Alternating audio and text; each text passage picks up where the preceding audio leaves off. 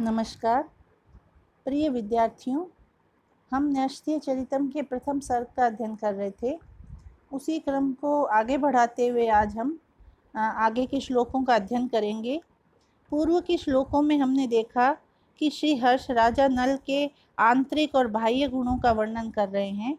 उसका राज्य कैसा है, उसके वीरता, शौर्य आदि गुण उसमें कैसे कूट कूट कर भरे हुए हैं, ज्ञान कैसा है उसके पास, शक्ति और सरस्वती दोनों का समन्वय किस प्रकार से नल में है, उसका वर्णन श्री हर्ष कर रहे थे।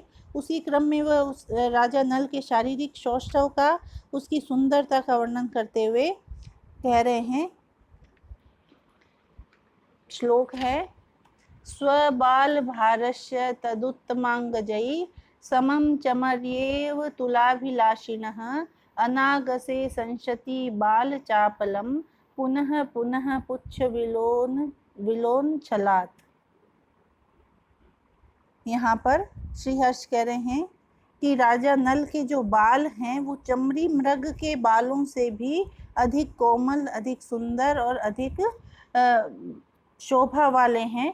तो वहाँ उसके जो चमड़ी मृग है, गलती से तुलना करने वाले अपने पुच्छ केशों के अपराध के कारण हमेशा पूंछ हिलाती रहती है। उसी का वर्णन करते हुए कवि यहाँ कह रहा है कि चमड़ी, जो चमड़ी मृगी विशेष है, वह तदुत्तमांगजयी, उसके सिर के बालों के समम यानी साथ में, उसके उत्तम अंग से उत्पन्न यानी नल के सिर के बालों के समम साथ में, तुलाभिलाषिण, तुलना की अभिलाषा करने वाले, समता चाहने वाले, स्वबाल भारस्य, अपने बाल समूह की अनाग से निरपराधता के लिए, पुनः पुनः बार बार पुच्छ विलोलन छलात, पूंछ हिलाने के बहाने से, बाल चापलम, बाल चंचलता को, बाल सुलभ चंचलता को ही संशति कहती है। यानी जो चमड़ी मृगी है, हरिणी है, एक प्रकार की मृगी विशेष है, वह अपने पूंछ के बालों की जो इच्छा है कि वह नल के बालों से अपनी तुलना करे, उसके इस अपराध के लिए हमेशा जो उसकी पूंछ हिलती रहती है, वो मानो जो चमड़ी है उस अपराध के लिए क्षमा मांगती है, उस बालों की बाल सुलभ चंचलता को ही कहती है। आप लोगों ने जो ये देखे होंगे कि जो चंवर बनते हैं, मंदिरों में चंवर डुलाए जाते हैं, या प्राचीन समय में राजाओं के जो पास में खड़े रहते थे सेवक चंवर डुलाते रहते थे, तो वो चंवर जो हैं वो चमड़ी मृगी के पूंछ विशेष के बालों से बनाए जाते हैं, वो बहुत कोमल होते हैं। तो यहाँ पर कवि कह रहा है कि वो जो चमड़ी मृगी के जो बाल हैं वह नल के बालों से अपनी समता चाहते हैं, जबकि नल के बाल तो अनुपमेय है, उनके बालों से किसी की कोई समता नहीं है। लेकिन जो उस नल के सिर के बालों के साथ समता चाहने वाले बाल समूह है चमड़ी मृगी का, उसकी निरपराधता के लिए चमड़ी मृगी बार बार पूंछ हिलाने के बहाने से, जो पूंछ उसकी हिलती रहती है उसके बहाने से, बाल सुलभ चंचलता को ही कहती है। यानी जिस प्रकार से माता अपने बच्चे की गलती के लिए कहती है कि बालक ने अज्ञानता से अपराध कर दिया, यह तो बच्चा है, उसी प्रकार जो चमड़ी मृगी है वह भी बाल सुलभ चंचलता, दो अर्थ निकलेंगे।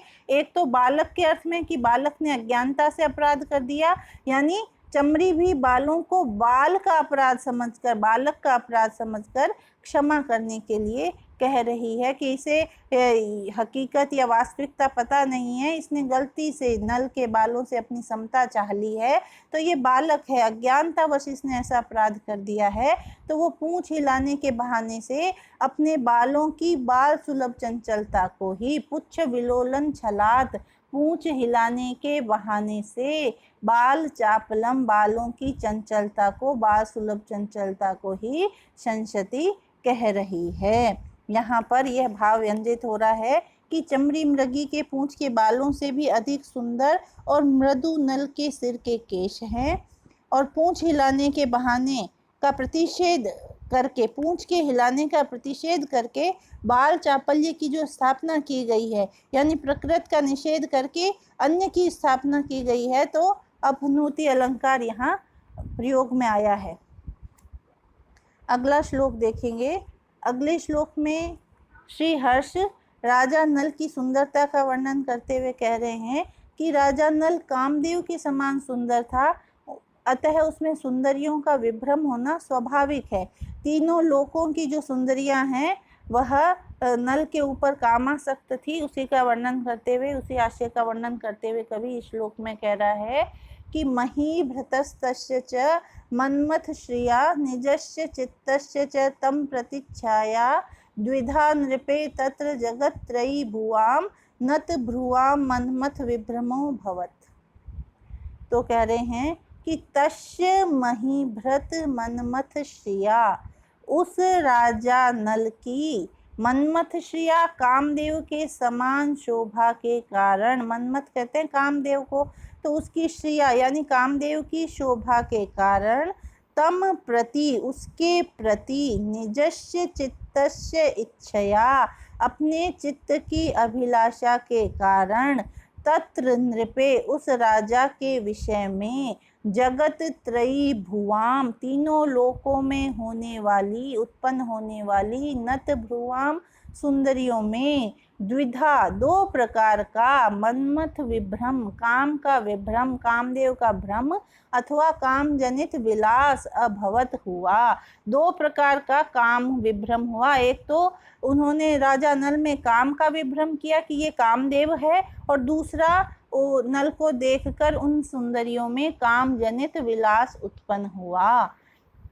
यहाँ पर सामान्य अर्थ है, ये जो पतिव्रता नारियां हैं उनके विषय में ये अर्थ संगत नहीं बैठता, थोड़ा विरोध उत्पन्न होता है। तो इस विरोध को इस प्रकार से, जो अनौचित्य दोष आ गया है उसको इस प्रकार से कहकर कि पतिव्रता स्त्रियों में नल के विषय में कामदेव का भ्रम हुआ तथा अन्य स्त्रियों में काम जनित विभ्रम हुआ, ऐसा अर्थ अगर हम करते हैं तो इस दोष का निवारण किया जा सकता है। तो यहाँ राजा नल की कामदेव के समान जो सुंदरता है, जो विशिष्ट सौंदर्य है, उसका वर्णन करते हुए कवि कह रहा है कि जो तीनों लोक हैं, मतलब मृत्यु लोक, स्वर्ग लोक और पाताल लोक, तीनों लोकों की सुंदरियां उस काम के प्रति, उस नल के प्रति कामासक्त हो गई। उनमें दो प्रकार का काम का विभ्रम उत्पन्न हुआ। एक तो उन्होंने राजा नल को देखकर स्त्रियां उसे कामदेव समझती थी, अतः कामदेव का भ्रम हुआ। दूसरा, उनके हृदय में उसकी प्रति आसक्ति के कारण उनमें विभ्रम हुआ, अर्थात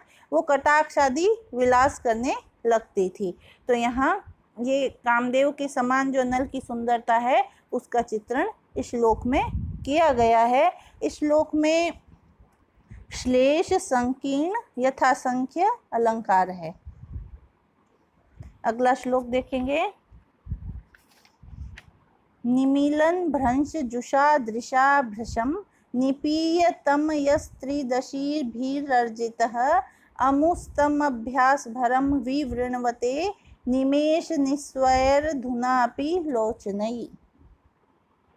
यहाँ पर जो स्वर्ग की स्त्रियां हैं उनमें किस प्रकार से काम का विभ्रम हुआ उसका वर्णन कर रहे हैं। कवि कह रहे हैं कि नल के प्रति केवल मानवीय स्त्रियां, नल तो मृत्यु लोक में थे, तो केवल मानवीय स्त्रियां ही आकृष्ट नहीं हुई, अपितु देवताओं और नागलोक की, पाताल लोक की जो स्त्रियां हैं वह भी उनके प्रति आकृष्ट हो गई। उसी का वर्णन यहाँ करते हुए कवि कह रहा है कि त्रिदशीभिः निमीलन भ्रंश जुषा दृशा, त्रिदशीभिः यानी देवांगनाओं के द्वारा, निमीलन भ्रंश जुषा, निर्निमेष, जो निमेष से रहित है, पलक रहित, दृशा दृष्टि से, तम यानी उस नल को, भृशम निपीय बहुत अधिक पी करके, अर्थात देख करके। यहाँ प्रयोजनवती लक्षणा है कि हम किसी व्यक्ति का पान नहीं कर सकते, उसे पी नहीं सकते, यानी उसको बहुत ही इच्छा से, लालसा की दृष्टि से वह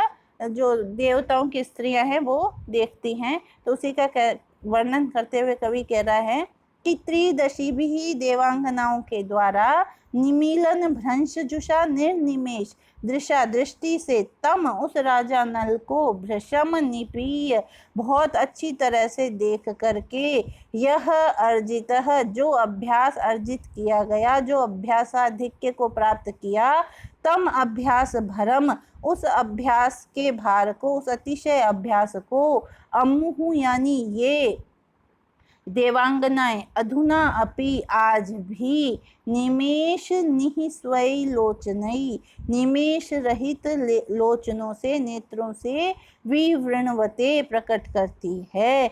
यानी कवि ये कहना चाहता है कि देवांगनाएं उस नल को देखते समय अपनी पलकें भी नहीं झपकाती थी, तो वह उनकी जो अभ्यास का आधिक्य हो गया उसके कारण उनकी पलकें निर्निमेष हो गई, बिना उनकी जो नेत्र हैं वो निर्निमेष हो गए, यानी वो अपलक दृष्टि से किसी भी वस्तु को देख सकती हैं, ऐसा उनका अभ्यासाधिक्य हो गया।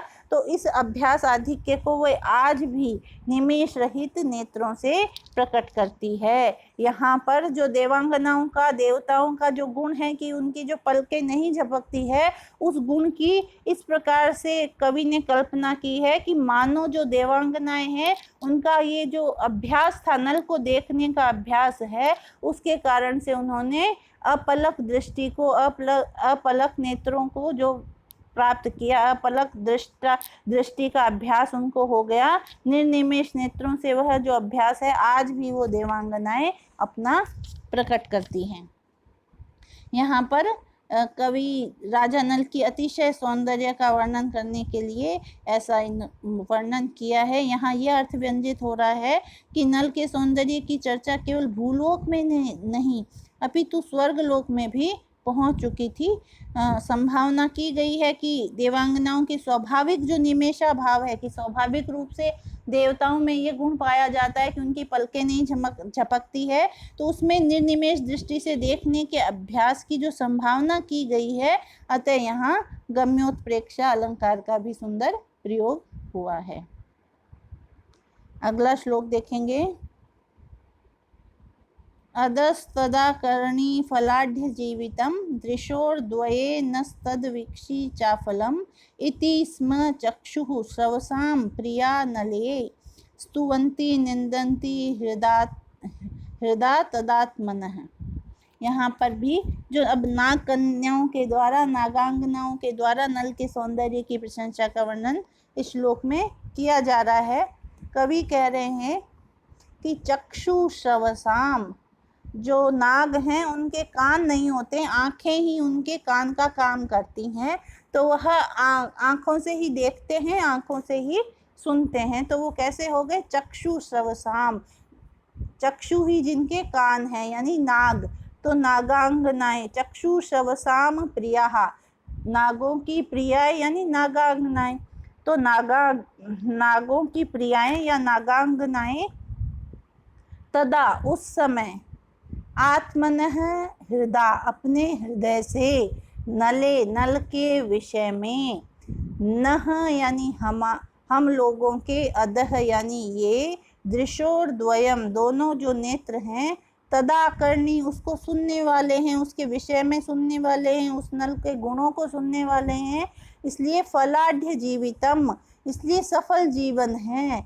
च और तद अविक्षी, उसको देखने पाने के कारण अफलम असफल हैं। इस प्रकार से स्तुवंती निंदंती, वह इस प्रकार से उसकी प्रशंसा और निंदा करती थी। जो नाग कन्याएं हैं, नागों की स्त्रियां हैं, नागांगनाएं हैं, वो उस समय अपने हृदय में नल के विषय में, कि हम लोगों के जो दोनों नेत्र हैं वो सुनने वाले हैं, तो इसलिए हम नल के गुणों को सुन सकती हैं, इसलिए हमारे जो नेत्र रूपी जो कान है, या जो नेत्र जो कानों का काम कर रहे हैं, इसलिए इनका जीवन सफल है।